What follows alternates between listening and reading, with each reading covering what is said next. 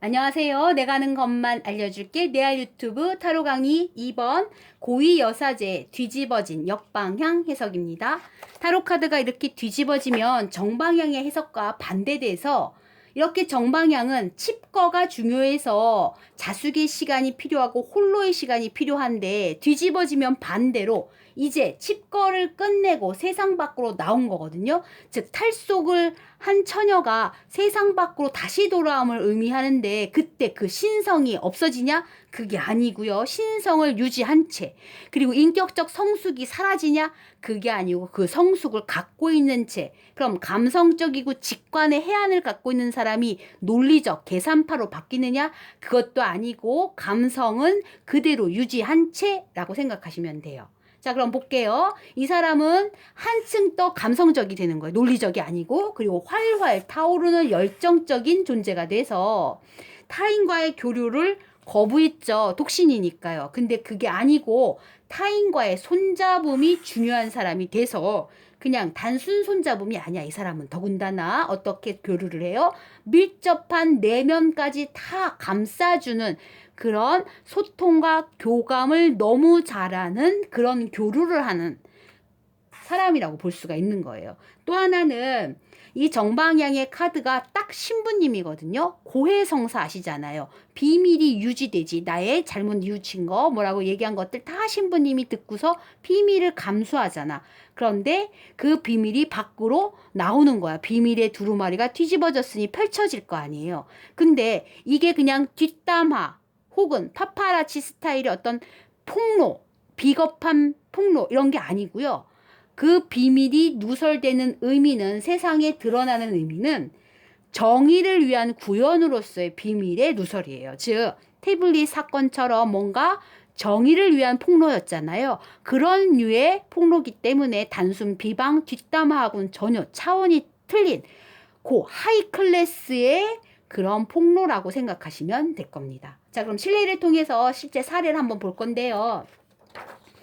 누누이 말하지만 똑같은 질문을 해왔다고 저랑 똑같은 대답을 하는 게 아니에요. 그때 내담자랑 나랑 느꼈던 시간과 공간 속에서 느꼈던 영적인 교류를 통해서 정답이 나오기 때문에 해석은 여기 안에서 하되 엉뚱한 질문만 안 하면 돼요. 대답만. 이 안에서 자기가 바라는 걸 꺼내서 설명해 주면 됩니다. 자, 그럼 첫 번째 질문 따라가 볼게요. 친구들이 나를 어찌 볼까요? 나는 친구들 관계 속에서 어떤 역할인가요? 이런 느낌이었는데 질문의 대답이 바로 이거였어요. 그게 뭐라 그랬을까요, 제가? 어이구, 친구 관계 너무 잘하셨습니다. 당신을 바라볼 때, 너는 정말 내 친구야. 왜냐면 넌 정말 감성적이고 너무 나를 공감해주고 열정적인 마음으로 나랑 내밀 깊숙한 곳까지 어루만져주는 멋진 친구입니다. 라고 얘기하고 있으니 정말 친구 관계 잘하셨군요. 라고 대답해줬죠. 두 번째, 본인 아내가예요. 내가 남편한테 바라는 게 있을까요? 나도 잘 모르겠어요. 남편에게 뭘 요구해야 될지도 모르겠고요. 그래서 내가 남편에게 바라는 점을 하나 뽑았는데 바로 이게 나왔습니다. 아내는 남편에게 뭘 바랬을까요? 네. 조금 더 감성적으로 나를 이해해주고 보통 남자들하고 여자들하고 안 맞는 이유가 남자는 해결책을 준다 그러죠. 여자들은 공감해주는 걸 원하는데 그죠? 그래서 어떤 상사를 욕했을 때 같이 욕해줘야 되는데 아유 이만저만 하니까 상사가 그럴 만도 했고 뭐 이렇게 분석해주기를 바라지 않는데 대부분은 그런 남자들이 많으니까. 그래서 아내는 남편에게 뭘 바랬다? 감성적으로 나를 조금 더 격려해주고 열정적으로 사랑을 표현해주고 나랑 깊은 교류를 해주고 특히 혼자만 갖고 있는 비밀을 간직한 채 끙끙대지 말고 나와 그 비밀을 공유해지길 바라는구나 라고 설명을 해줘. 전반적으로 전부 다 설명을 해줬죠. 그 나를 홀로 내버려 두지 말아줘. 같이 무언가를 해줘 라고도 얘기해 줬습니다. 자, 세 번째 질문. 불안한 시선으로 물어보셨어요. 제가 그 모임을 지속해도 될까요? 라고 질문하셔서 이 카드가 나왔는데 여러분들은 어떻게 설명할 겁니까? 한 키워드에 갑자기 저는 꽂혔어요. 그래서 제가 조금 강력한 어투로 자, 무슨 일이 그 모임에 있었는지 모르지만 제가 하는 말 잘 들어주세요. 당신은 정말 정당한 비밀을 폭로한 거예요. 그게 그 친구를 까이려고 한 게 아니고 있지도 않은 팩트를 갖고 와서 거짓말을 한 것도 아니고 부풀린 것도 아니고 그 비밀을 당연히 누설할 수밖에 없어. 이 모임을 지속하려면. 그러니까 당신은 정말 정당한 폭로를 한 겁니다. 당신을 지지할게요 라고 얘기했더니 그분이 눈물을 흘리면서 사연들을 얘기하시더라고요.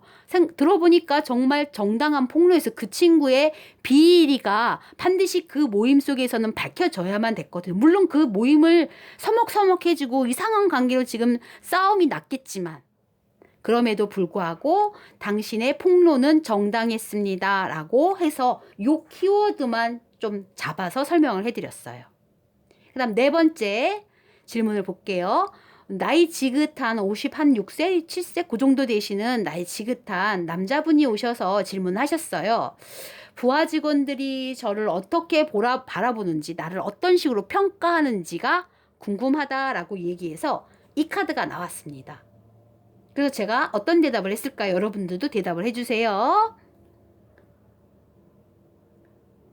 일단 제가 어떻게 말했냐면 혹시 본인은 인사과에 계십니까? 라고 물어봤더니 인사과 과장이래요. 인사부 전부를 통괄하는. 그럴 수밖에 없어. 왜냐하면 이 포인트를 잡고 있는 직업군이라면 인사과밖에 없거든요.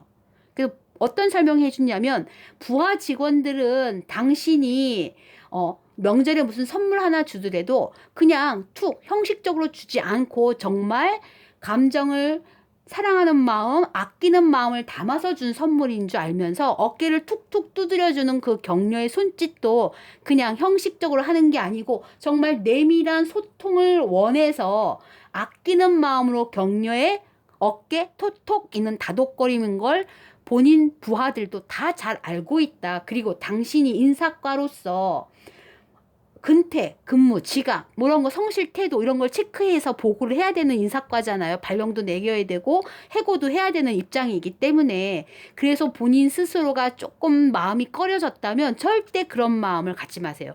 당신은 인사과 부장으로서 정말 선의를 갖고 공평하고 공정하게 평가를 그 윗상사한테 보고했음을 부하 직원들도 다 압니다. 그게 누군가를 괜히 편견으로 미워해서가 아님을 반드시 알고 있으니 절대 걱정하지 마세요. 당신은 평판이 높은 상사입니다. 라고 얘기해서 본인이 거의 은퇴 마무리하는 시점을 잘 마무리할 수 있도록 조언을 해드렸던 기억이 나요. 자, 이렇게 실리를 들어서 사례를 말씀드렸는데요. 복습 한번 해볼게요. 제가 이제 필기시험 본다고 누누이 말했지만 80점 이상 받아야 되고 필기시험 모두 주관식입니다. 자, 정방향의 정답 어떻게 쓰시면 된다고요? 네. 비밀을 간수하고 독신이며 내적 수양과 침묵의 시간이 필요 이렇게 쓰시면 되고요. 뒤집어진 건 뭐다? 그쵸. 치과를 끝내고 세상에 나오는데 조금 더 열정적인 인간관계를 하고 정당한 비밀을 발설했다라고 쓰시면 됩니다. 이상으로 고위 여사제의 해석 마무리하겠습니다. 구독해주신 많은 분들 고맙습니다.